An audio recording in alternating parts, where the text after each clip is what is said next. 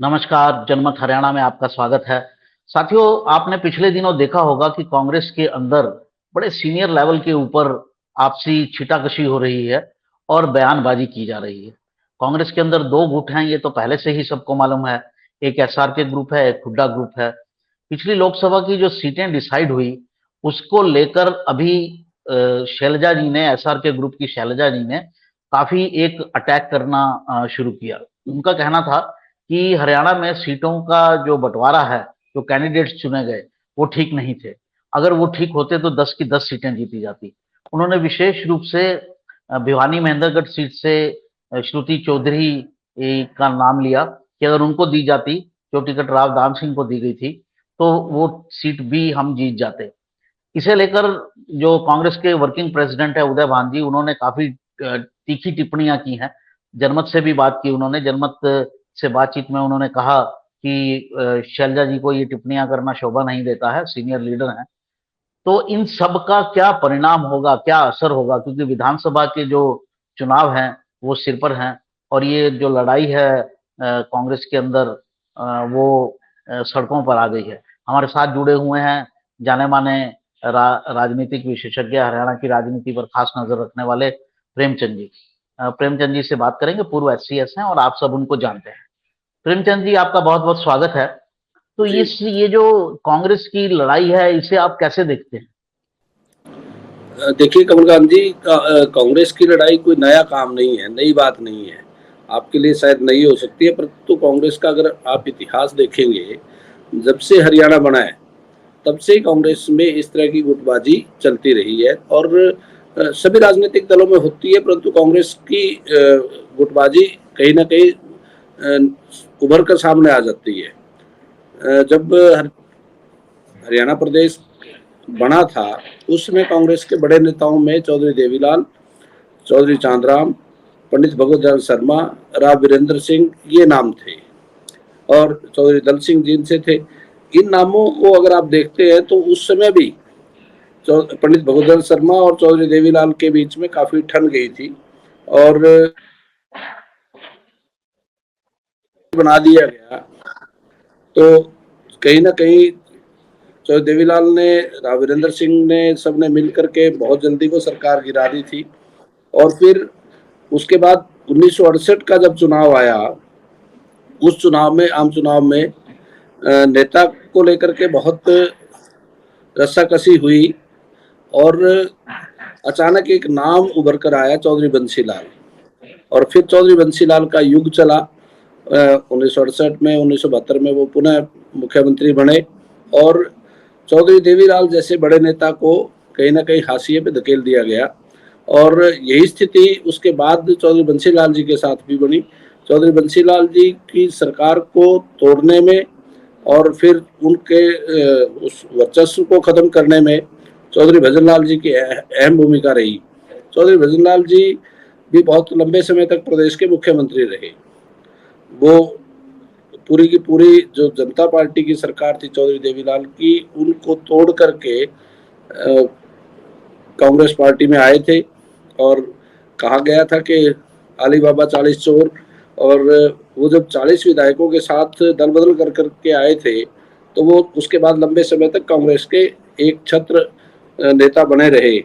और जब 2005 का चुनाव हुआ, तो चौधरी भजनलाल जी के नेतृत्व में वो चुनाव लड़ा गया था और कांग्रेस पार्टी 67 सीटें जीत करके एक बड़े बहुमत के साथ सत्ता में आई थी, परंतु मुख्यमंत्री के पद पर उस समय के लोकसभा के सदस्य चौधरी भूपेंद्र सिंह हुड्डा को बिठा दिया गया। आपको इतिहास भी इसके साथ देखना पड़ेगा। और अब जो स्थिति है, उस टाइम की अगर आप बात करते हैं, 2005 की मैं आपको स्मरण करा रहा हूँ। 2005 में चौधरी भूपेंद्र सिंह हुड्डा को मुख्यमंत्री बनाने में जो अहम भूमिका निभाने वाले नेता थे, उनमें कुमारी शैलजा भी एक थी।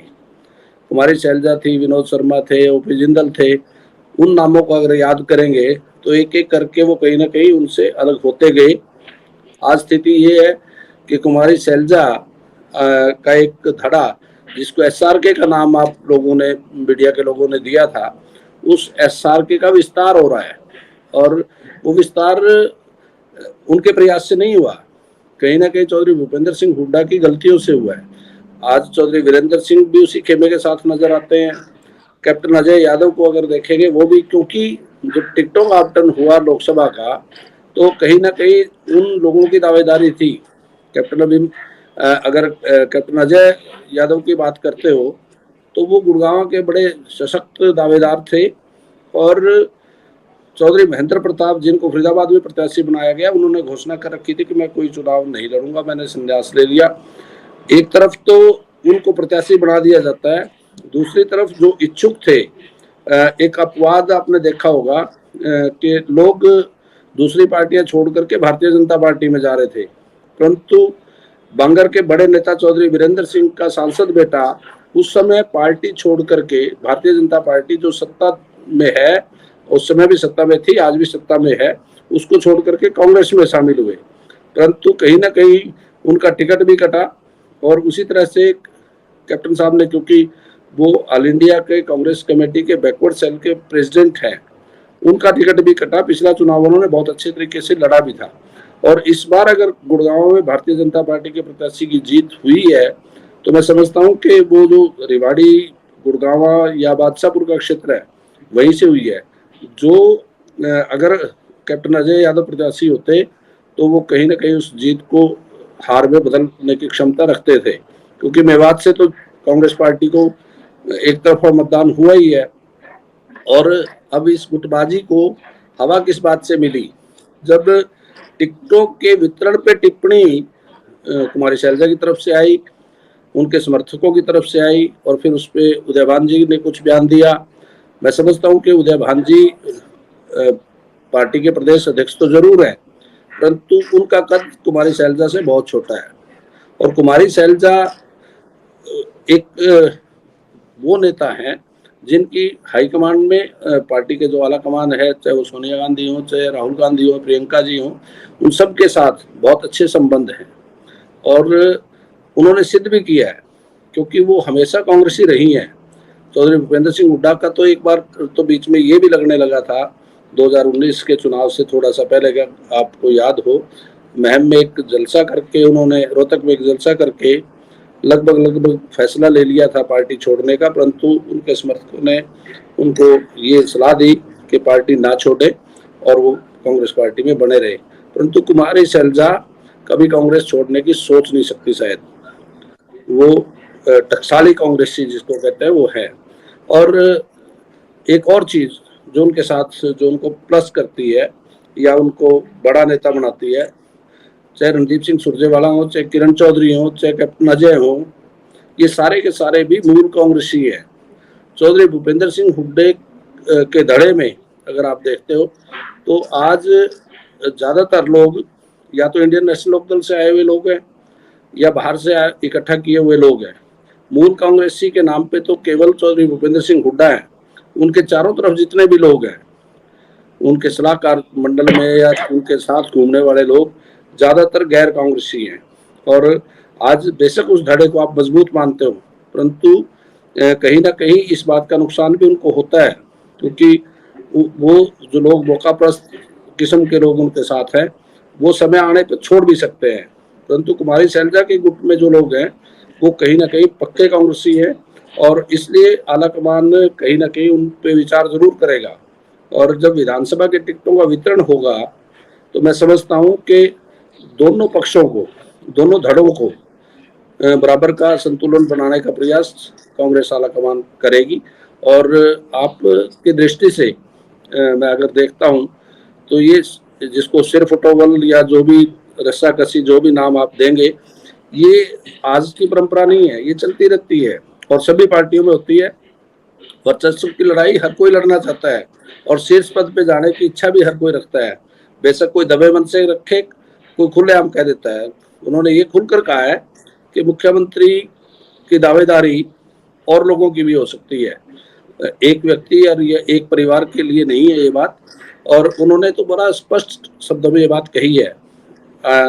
हम इस मंच से केवल इतना कह सकते हैं कि राजनीति में हर व्यक्ति महत्वाकांक्षा रखता है, और महत्वाकांक्षा रखना बुरा मैं तो नहीं मानता इस बात का कि जब राजनीति करते हो आप, विधायक बनने के लिए, मंत्री बनने के लिए, सांसद बनने के लिए या फिर मुख्यमंत्री बनने के लिए आप सब इच्छा रखते ही हो। जी प्रेमचंद जी, ये आपने पूरी हिस्ट्री बताई, बहुत समझा दिया हमारे दर्शकों को कि पूरा कहाँ से, जब से हरियाणा बना है तब से कांग्रेस में ये होता आया है। तो मैं आपसे एक चीज जानना चाहूंगा कि अगर इस तरह से अगर कोई संतुलन बनाने की बात है, तो आला कमान लोकसभा में ये संतुलन क्यों नहीं बना पाया? ज्यादातर सीटें जो हैं, अगर एक सीट शैलजा जी की छोड़ दें जो कि खुद ही बड़ी नेता थी और उनको हटाया नहीं जा सकता था, या एक आधी सीट कहीं और देख लें, इधर उधर तो कोई मिल सकती है, बाकी सब सीटों पर तो भूपेंद्र हुड्डा जी के जो रिकमेंडेड लोग थे वही, उन्हीं को ही कैंडिडेट बनाया गया। नहीं नहीं, कुमारी शैलजा का अगर आपने बयान सुना हो तो उन्होंने ये कहा कि मेरे को आला कमान ने पूछा था, मैं अम्बाला से भी सांसद रही थी और सिरसा से भी, तो जब मैंने सिरसा में चुनाव लड़ने का निर्णय लिया तो आला कमान ने मेरे से प्रत्याशी के बारे में पूछा, तो मैंने वरुण मुलाना का नाम अम्बाला के लिए रिकमेंड किया था। और उसी तरह से फरीदाबाद के जो कैंडिडेट थे, फरीदाबाद में चौधरी भूपेंद्र सिंह हुड्डा कर्ण सिंह दलाल के लिए टिकट की इच्छा रखते थे, परंतु उनको टिकट नहीं मिला और महेंद्र प्रताप जी को सर्वे के आधार पर, वरिष्ठता के आधार पर उनको टिकट मिला और आला कमान से सीधे उनको टिकट मिला। इसी तरह से करनाल के लिए चौधरी भूपेंद्र सिंह हुड्डा कुलदीप शर्मा के लिए प्रयासरत थे, परंतु राहुल गांधी जी ने युवा कांग्रेस को जब प्रतिनिधित्व देने की बात की तो दिव्यांशु बुद्धि राजा, बेशक वो उसी कैंप से हैं, उनके नाम पे मोहर लगी। और एक और प्रत्याशी का जिक्र कुमारी शैलजा ने किया था, उनको बाहरी बताया था सोनीपत के प्रत्याशी को। सोनीपत के प्रत्याशी भी मूलतः हरियाणा के रहने वाले हैं, नांगोली गांव के रहने वाले हैं, सभी तो हल्के उनका गांव है, और वो उनके रिकमेंडेशन पे सीधा सीधा आए थे, क्योंकि जब कुलदीप शर्मा की टिकट कटी तो फिर एक ब्राह्मण को कहीं ना कहीं समायोजित करने के लिए सोनीपत में ब्रह्मचारी जी का नाम हुड्डा गुट की ओर से बढ़ाया गया। आपको क्या लगता है कि आने वाले विधानसभा चुनाव में ये बातचीत चल रही है, एक तो पहली बात तो ये मुद्दा आएगा टिकटों के डिस्ट्रीब्यूशन को लेकर, हुड्डा जी फिर अपना दम ठोकना चाहेंगे कि उनको मैक्सिमम तरजीह मिले, क्योंकि जितने भी नाम हमने शैलजा जी के लिए गिने हैं वो सब उनके पैर दोनों तरफ हैं। वरुण मुलाना के लिए पुश किया था, वरुण मुलाना ने जब पर्चा भरा तो शैलजा जी तो नहीं गई थी, भूपेंद्र हुड्डा जी गए थे। उसी तरह से सोनीपत में भूपेंद्र हुड्डा जी गए थे। और फरीदाबाद की बात जहां तक है, वहां तक मानी जा सकती है कि फरीदाबाद जो है वो या तो हाईकमांड की तरफ से आया या और लोगों की तरफ से भी उनका रिकमेंडेशन किया गया होगा, क्योंकि हुड्डा जी ने उनको सपोर्ट नहीं किया। 2 सीटों को छोड़कर हुड्डा जी ने बाकी सब 8 सीटों पर अपने जो भी सपोर्ट कर सकते थे वो किया। सिरसा और फरीदाबाद, यहाँ पर हुड्डा जी का कोई सपोर्ट नहीं दिखा। तो मेरा ये कहना है कि अब जो विधानसभा के सीट होंगे और हुड्डा जी की आला कमान जो है, जैसे आला कमान भी जिन लोगों को लेकर आई पिछले चुनाव में आला कमान की रिकमेंडेशन पर, उनको भी तरजीह नहीं दी गई और हुड्डा जी की वहां पर भी चल गई। तो ओबीसी नेता आपने पार्टी का पूरा ऑल इंडिया बनाया हुआ है अजय यादव को, उनको भी टिकट नहीं मिला, वहां भी हुड्डा जी की चल गई। अब क्योंकि वो तो सीधा हाईकमान से होते हैं, मेरा कहने का, पूछने का जो आशय है वो ये है कि क्या विधानसभा में भी ऐसा ही होगा कि अल्टीमेटली, क्योंकि जो सीएम पद की लड़ाई है वो विधायकों द्वारा ही तय की जानी है, जिसके ज्यादा विधायक होंगे वही सीएम बनेगा, क्योंकि अल्टीमेटली ये बात हाईकमान कह सकता है। तो वो लड़ाई शुरू होगी। कमलकांत जी, कांग्रेस में ये परंपरा नहीं है। मैंने आपको कहा 2005 में विधायकों की बहुसंख्या भजन लाल जी के साथ थी, परंतु मुख्यमंत्री एक सांसद को बनाया गया। कांग्रेस में कभी भी नहीं रहता ऐसा, और इस बार भारतीय जनता पार्टी में भी वही था। आप राजस्थान में देखेंगे कि वसुंधरा राजे या शिवराज चौहान मध्य प्रदेश में किसी नए आदमी को वहां मौका दे दिया और विधायक तो निश्चित रूप से उनके साथ थे। ये परंपरा हर राजनीतिक दल में होती है कि पुराने को कहीं ना कहीं नीचा दिखाने की कोशिश भी होती है और नया नेतृत्व पैदा करने का प्रयास हर पार्टी में होता है। मैं ये समझता हूँ कि नए लोगों को अवसर देना कोई बुरी बात नहीं है, अनुभवी लोगों के साथ साथ नए लोगों को अवसर हर पार्टी देने की कोशिश भी करती है और की जानी चाहिए। और हरियाणा का स्थिति तो बिल्कुल अलग ही रहती है। हरियाणा में आप ये नहीं कह सकते कि और फिर जितने भी बड़े दल हैं, खासतौर से दो राष्ट्रीय दलों की अगर आप बात करते हैं, वहाँ किसी को इतना बड़ा नहीं बनने दिया जाता। जब नेता बहुत पार्टी से बड़ा बनने लगे तो कहीं ना कहीं उसका कद छोटा करने का प्रयास आलाकमान द्वारा किया जाता है। इस पर मेरे एक दो सवाल बनते हैं कि जी एक तो भूपिंदर जी हुड्डा जी के साथ ये जो आपने 2019 से पहले तोड़ने की बात की, तो उसमें गुलाम नबी आजाद ने एक बड़ी भूमिका निभाई थी उनको पार्टी के अंदर रखने में। और दूसरा मैं आपको ये पूछना चाहूंगा, आपसे आपकी टिप्पणी चाहूंगा कि भूपिंदर हुड्डा जी के साथ जो इश्यू है वो ये है कि अगर उनको सीएम नहीं बनाया गया और विधायक उनके खेमे से ज्यादा हुए तो वो पार्टी तोड़ देंगे। नहीं, देखिए पार्टी तोड़ने का तो अब आपको पता है दल बदल कानून है, और 2/3 जब तक विधायक नहीं जाएंगे तो पार्टी तोड़ना तो इतना आसान काम नहीं है। वही पार्टी तो विधायकों के डिस्ट्रीब्यूशन पर अब दो आएगा ना। तिहाई दो तिहाई किसी एक नेता के साथ हो ऐसा संभव नहीं होता। बहुत सारे लोग टिकट बेशक किसी के रिकमेंडेशन पे मिले, पार्टी के निष्ठावान लोग रहते हैं। पार्टी छोड़ना बहुत आसान काम नहीं है किसी के लिए भी। ये संभव कर पाते थे जब तक दल बदल कानून नहीं था। आज दल बदल कानून इस देश में है और 2/3 का आंकड़ा आप देखते हो। जननायक जनता पार्टी के मात्र 10 विधायक थे। बहुत कोशिश हुई सत्ताधारी दल की ओर से कि वो दल टूट जाए, परंतु वहां कभी वो आंकड़ा आ नहीं पाया, क्योंकि 7 विधायक चाहिए थे दल बदल के लिए। वो 7 कभी पूरा नहीं कर पाए। आज भी उनकी पार्टी में स्थिति वही है। और कांग्रेस पार्टी के लिए तो मैं कह सकता हूं कि अगर कांग्रेस पार्टी सत्ता के आसपास पहुंचती है तो उसमें से 2/3 तोड़ना बहुत कठिन कार्य होगा। और दल बदल मैं समझता हूं कि इतना आसान काम नहीं है जितना आसानी से लोग समझ भी लेते हैं कि वो तोड़ करके चले जाएंगे। और इतने वरिष्ठ नेता के लिए इस तरह से उन पे शक करना ये और भी बुरी बात है, क्योंकि चौधरी भूपेंद्र सिंह ये हुड्डा तो उनका तो भी इतिहास है सर, 2019 में वो तोड़ ही रहे थे पार्टी। नहीं तोड़ नहीं पाए ना। वही मैं कह रहा हूँ कि तोड़ वही नहीं पाए उनके मत क्योंकि से उनके मत जी से ही आनंद सिंह डांगी जी ने कह दिया था कि कोई कहीं जाए मैं तो कांग्रेस में रहूंगा। वो उनके समर्थक जी थे। और वो जी समर्थक फिर साथ नहीं जाते। जब तक आप किसी एक राष्ट्रीय दल के नेता हैं तो आप लोग आपके साथ हैं। जब आप छोड़ते हो तो फिर सारे लोग आपके साथ नहीं जाते। ये बात भी पक्का जी है। जी। अच्छा, एक सवाल और बनता है, ये ऐसा कहा जाता है कि भूपेंद्र सिंह हुड्डा की बहुत इच्छा है कि मेरे पुत्र जो हैं वो सीएम हो जाए। तो आपको क्या लगता है कि अगर कांग्रेस को बहुमत आता है आने वाले चुनाव में, तो क्या कोई कमलकांत जी ऐसी स्थिति इनिशियली या ऐसा लेटर ऐसा स्टेज पे, मैं ऐसा सवाल पूरा ऐसा कर लूं, या जी लेटर स्टेज पे 2 ढाई साल के बाद 3 साल के बाद क्या ऐसी स्थिति बन सकती है क्या? मैं एक जस्ट क्वेरी है, आपका अनुभव है तो हम लोग उसमें खाली आपकी राय जानना चाहते हैं। देखिए कमलकांत जी, क्षेत्रीय दलों में तो ये चीज बहुत आसान होती है कि आप किसी भी जी अपने वारिस को कहीं भी कभी भी कुछ भी घोषित कर लें या बना लें। परंतु जी राष्ट्रीय दलों में ये काम आपके बस में नहीं होता। हर पिता चाहता है कि उसका पुत्र उससे बड़ा बने या उसको बड़ी पदवी मिले। तो मैं समझता हूँ कि पिता के रूप में तो उनकी इच्छा हो सकती है, परंतु पार्टी में पार्टी का निर्णय होगा और पार्टी आलाकमान ही इस बात का निर्णय करेगा।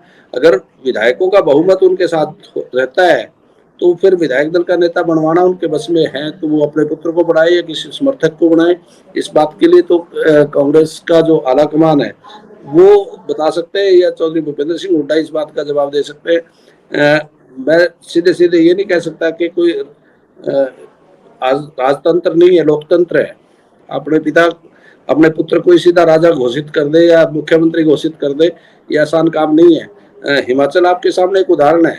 हिमाचल में वीरभद्र जी के बाद उनकी धर्मपत्नी ने कोशिश की थी इस बार भी, परंतु संभव नहीं हो पाया, क्योंकि राष्ट्रीय दलों में ये काम बहुत आसान नहीं होता। क्षेत्रीय दलों में आप कह सकते हो कि कोई किसी को घोषित कर ले, किसी को बना ले। जब आप राष्ट्रीय दल के संबंध में इस तरह की बात करते हो तो बड़ी हास्यास्पद सी बात हो जाती है। वहाँ बहुत आसान काम नहीं है और कोई उदाहरण ऐसा है भी नहीं कि कोई पिता अपने पुत्र को इस तरह से मुख्यमंत्री बनवा पाया हो। जी। प्रेम जी, एक लास्ट सवाल आपसे पूछूंगा कि आपके नजरिए से इस बार जो कांग्रेस का विधानसभा में टिकट डिस्ट्रीब्यूशन होगा, उसमें जो 2 गुट हैं, उसमें शैलजा जी का गुट जो है वो काफ़ी भारी है, 7-8 बड़े नेता हैं उनके पास। और आपने पहले बताया ही हमको कि भूपेंद्र सिंह हुड्डा के गुट में वो स्वयं तो बड़े नेता हैं, स्वयं तो शिखर पे हैं, ताज है उनके सिर पर, लेकिन उनके साथ बहुत बड़े-बड़े नेता नहीं है, उनका इतना बड़ा पद नहीं है। तो आला कमान जो डिस्ट्रीब्यूशन ऑफ सीट्स करने वाला है, उसमें आपकी नज़र में किसको कितनी तरजीह मिलेगी? देखिए, क्योंकि इसमें कहीं न कहीं एक फ़ॉर्मूला कोई बनाते हैं, पार्टी कोई ना कोई टिकटों के वितरण के लिए कोई क्राइटेरिया फिक्स करेगी।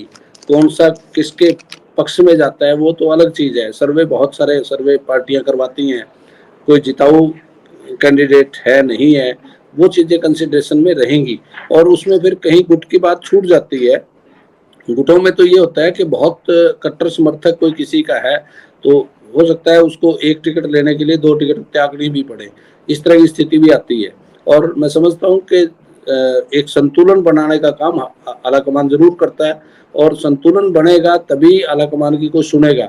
यदि एक व्यक्ति को ही बढ़ा दिया, तो फिर कहीं न कहीं मैं समझता हूँ जो आप बात कह रहे हो कि 2 तिहाई विधायकों को लेकर के वो कहीं भी चले जाएँ, उस चीज़ को भी आलाकमान हमेशा देखता है।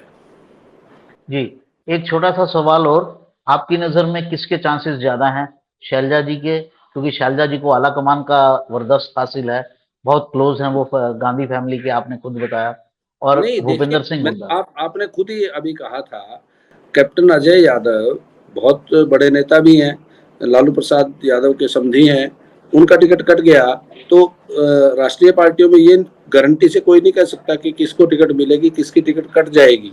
मैं एक तो बहुत बड़ा उदाहरण मैं आपको बताना चाहता हूँ, एक बार एक प्रत्याशी के लिए देश के प्रधानमंत्री ने कोशिश की और उनको टिकट नहीं मिल पाई थी। ऐसी स्थिति भी आती है पार्टियों में, कहीं न कहीं वो तो जब मेरिट इस पे बार भी हुआ, नरेंद्र मोदी ने बीजू जनता दल के साथ अलायंस लगभग पक्का कर लिया था, लेकिन जी, पार्टी ने वहां पर उनकी स्टेट यूनिट ने मना कर दिया, तो उनको जी। वो तोड़ना पड़ा। नहीं, ऐसी स्थिति हर चुनाव में स्थितियाँ बदलती हैं। क्षेत्रीय जी। दलों का की भूमिका पे भी बहुत कुछ निर्भर करता है और मैं समझता हूँ कि हरियाणा प्रदेश तो हमेशा ऐसा रहा है, जहाँ केवल सारे राष्ट्रीय दलों की बात नहीं सुनी जाती। क्षेत्रीय दलों की भूमिका भी प्रभावित करती है और क्षेत्र की बात भी आती है।